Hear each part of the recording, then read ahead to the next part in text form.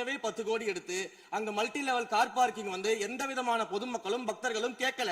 பக்தர்களும் பொதுமக்களும் கேட்பதெல்லாம் கோயிலுக்கு உள்ளே சென்று மனநிறைவோடு தரிசனம் செய்துவிட்டு வெளியே வரும்பொழுது அவர்களுக்கு தேவையான அடிப்படை வசதிகளை தான் பக்தர்கள் கேட்டுக்கொண்டிருக்கிறார்கள். அதை செய்தாலே போதுமானது.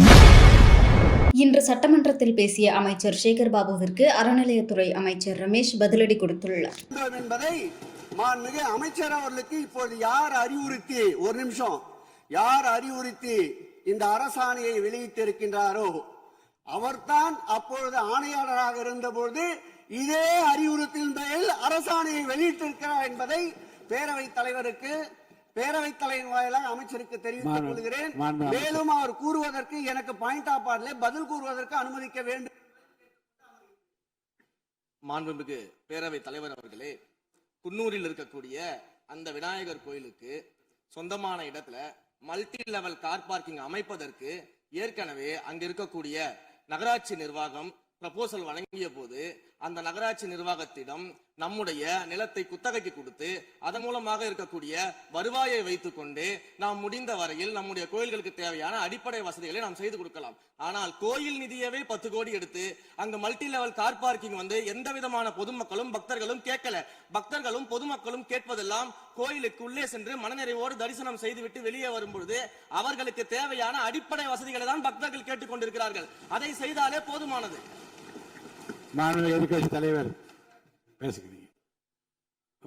மாண்பு போதுங்க, நீங்க சொன்னீங்க விளக்கம் சொல்லி திருப்பி இதை நான் அனுமதிக்க முடியாது. மாண்பு எதிர்கட்சி தலைவர் பேசுங்க. வேண்டாம், போதும், நீங்க பதில் சொல்லிட்டீங்க. பாருங்க, மல்டி லெவல் கார் பார்க்கிங் தேவைன்னு அவர் இல்லைன்னு சொன்னாரு, ஏன் போட்டு நீங்க சொல்லிட்டீங்க.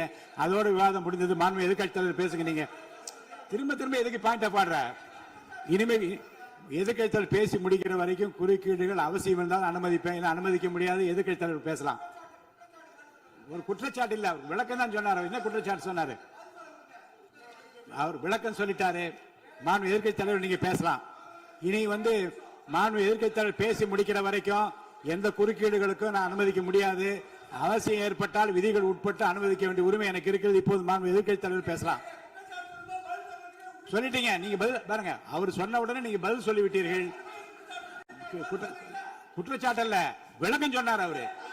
10 கோடி ரூபாய்க்கு இந்த இடத்துல 10 கோடி ரூபாய்க்கு கோயில் பணத்தை எடுத்து ஏன் பயன்படுத்தினீங்க, அது வேற எதுக்கு பக்தர்களுக்கு பயன்படுத்தி விளக்கம் சொன்னார். அவ்வளவுதான். குற்றச்சாட்டு எப்படி வராது?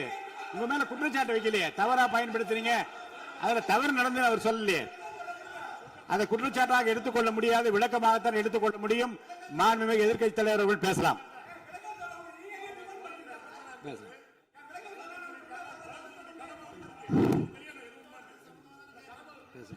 அவை முன்னவர். மாண்பு பேரவைத் தலைவர்களே, செய்திகளை உள்ளது உள்ளபடி தெரிந்து கொள்ள ரெஃப்ளெக்ட் நியூஸை சப்ஸ்கிரைப் பண்ணுங்க.